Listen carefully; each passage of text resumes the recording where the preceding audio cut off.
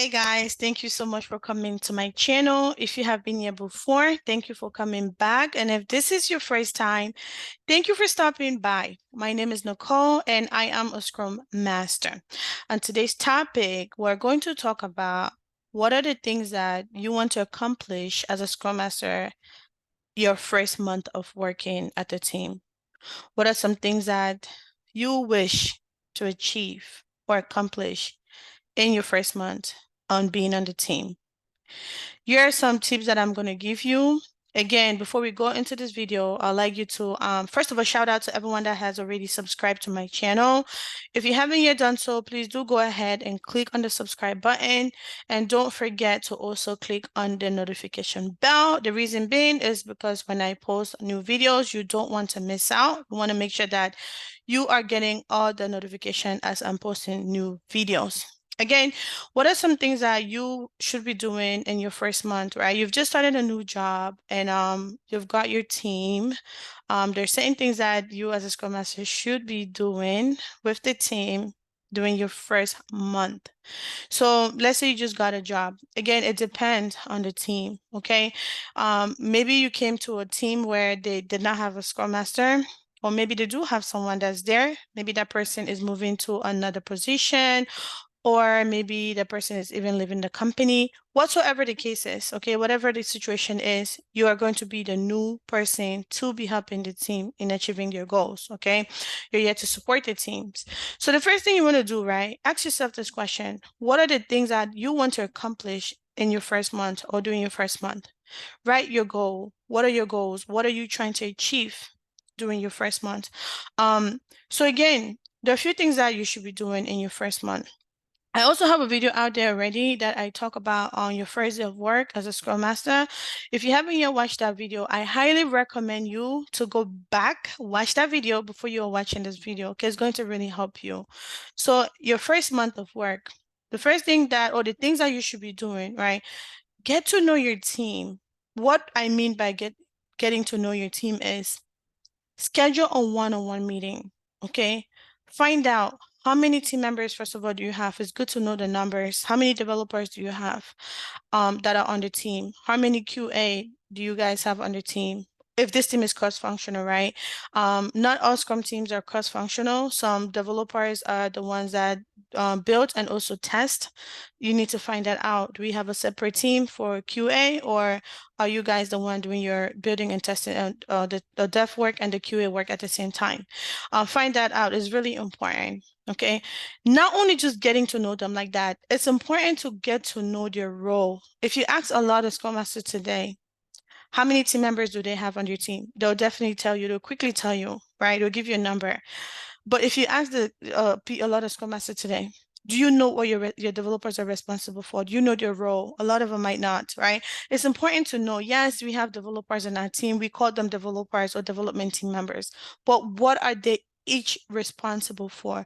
What are their individual title? It's good to really know. Are you a DBA? Are you a solutions architect? Are you a UX, UI designer? It's really good to know what are they really doing on their team. Not just, yes, I have developers, I have QA. What are their role? So set up a one-on-one meeting to really understand their role and responsibilities on the team. Okay, it's really going to help you also to just build relationship, right? The one-on-one is also going to help you to build relationship, to really get to know each other, you know, to introduce yourself, also let them introduce themselves and ask them those questions. You want to also get to know your product owner. It's very important, right? They own the backlog. They're the one that are going to be managing the backlog. They're the one that knows the priority of the work. They're the one that know what stories the team should focus on in which sprint, right? So it's good to also get to know your product owner. Set up a one-on-one meeting with the product owner. Just ask the product owner to go over the product. What is the team working on? What is our end goal? What are we trying to achieve? Okay. If this is a team that releases, how often do we release, right? Do we release every sprint, which is every 2 weeks? Or if they're doing a 2-week sprint, is it every 4 weeks? Is it every 6 weeks? Every 2 months? How often do we release? It's important to know. Once you find out what is the Scrum Master responsibility during the release planning, during the release process, as they're getting ready to go into production, they're ready to deploy their code into prod, are you responsible for any of this planning during the release? What are your responsibility in helping your team, in preparing and ensuring that the release is successfully done? Okay, so it's good to find that that as well. If they are releasing, what are you responsible? What are you responsible for during the release as well? And then you want to definitely review your team's document. What I mean by team document, I'm pretty much referring to like your definition of ready, definition of done document, working agreement type of stuff. So just ask your team members if they already have a definition of ready in place. Right. Again, definition of ready. I have a video out there. Just simply, it's a document that pretty much it just lists out all the things that your team want to look for in the story in terms of making sure that they're ready to start doing the work. Okay. Just make sure that you find out if they have a definition of ready, right? Before they're pulling any story into the spring, you also have an understanding of the story meet definition of ready before they're accepting that story during the spring planning. If they don't have one, I highly recommend you obviously to make sure that you set up a call and have the team go over the definition of ready and definition of done.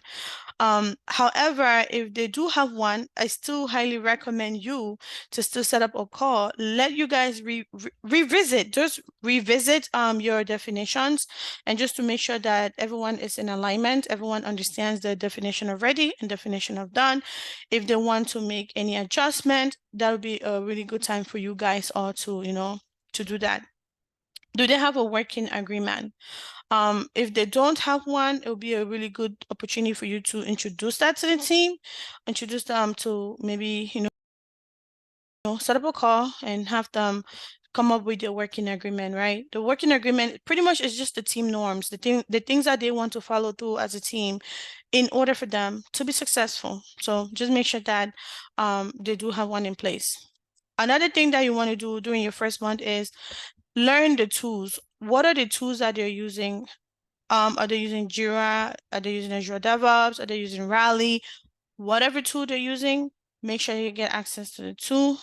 Make sure that you get yourself familiarized with the tool just to understand the tool really well yourself, because you're going to be the one assisting your team members if they need any support in, checking in using the tool as well. So just make sure that you get yourself familiarized with that. And another thing that you want to do is ask the team, right? Obviously, you the Scrum Master already know, your responsibilities, the things that you the Scrum Master are responsible for, right? You're going to be scheduling and facilitating all the Scrum ceremonies. You're going to be helping your team members to remove blockers. You're going to be whatever you're responsible for that you already know. Still find out from the team. Apart from the Scrum event and just helping the team removing roadblocks and stuff like that, what other meetings am I responsible for, or do I need to attend?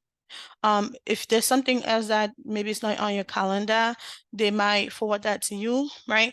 For example, do they have an agile community of practice? If so, find out who scheduled that meeting. Can they forward that to you, right?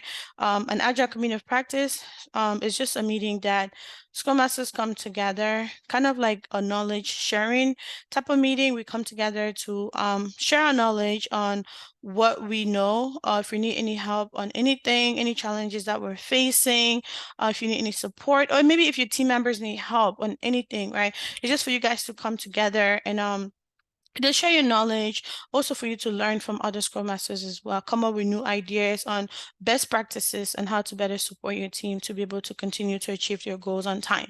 So find that out. If they have any other meeting, like the community of practice, do they have a Scrum of Scrum meeting?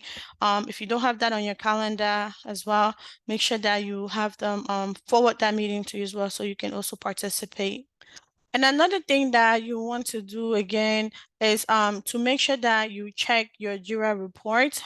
For example, your burn up and your burn down chats. So check your burn down, see how much work your team has been committing in the spring, and how long story has been sitting on the board, right? Have there been a lot of carryover stories? So it's important to look at the burn down chats and Jira just to see, or whatever tool you guys are using, just check the burn down chat and to see how much long story has been sitting on the board. You also want to view the velocity report as well. Check the velocity chart and see how much story points your team has been achieving in the previous sprint. So when you are in the sprint planning meeting, you have an idea on what the team should commit to in the next sprint. So it's very important to also check the velocity as well, so you have an understanding of how much work can they deliver in the next sprint coming. Okay, so again, don't forget to continue to provide support, continue to coach your team, continue to set those one-on-one meeting, just to continue to build relationship with your team so you can better support them, right? So just make yourself very comfortable with the team, getting to know them, also have them getting to know you as well. So those are some things that I just wanted to talk to you guys about, the things that you should do during your first month on the job. Just make sure that you use some of these things that I just listed out today. Thank you again for your time, and do not hesitate to leave me a comment below.